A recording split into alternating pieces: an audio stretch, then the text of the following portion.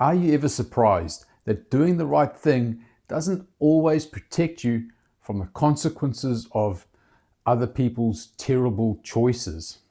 Now, that's exactly what happens in Jeremiah 41.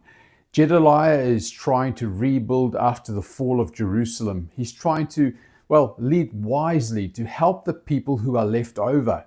He's following God's guidance by giving them a chance to start over.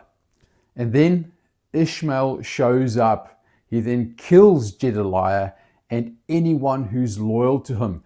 And just like that, the peace is shattered.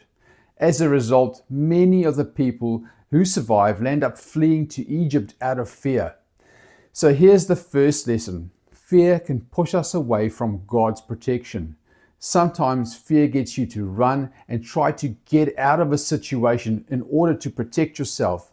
And often we listen to fear, but that doesn't necessarily mean we are in the safest place. But there's another lesson, one that's a little bit more complex, and that is that Gedaliah was faithful. He was trying to do the right thing, yet he was betrayed and he was killed. You see, doing what's right doesn't mean life will be easy. People will act selfishly and unpredictably and sometimes even violently. And yet that doesn't change what is right.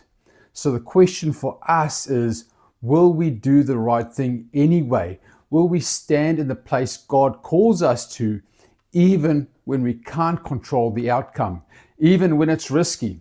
You see, here's the thing. Faithfulness isn't about guaranteed success. It's about integrity, courage, and trusting God with what we cannot control. Jeremiah reminds us that sometimes there is a cost to obedience, but choosing integrity and staying in God's plan is still the right thing to do. Thank you for listening, and please, if you would like to help me spread the good news of Jesus Christ, subscribe.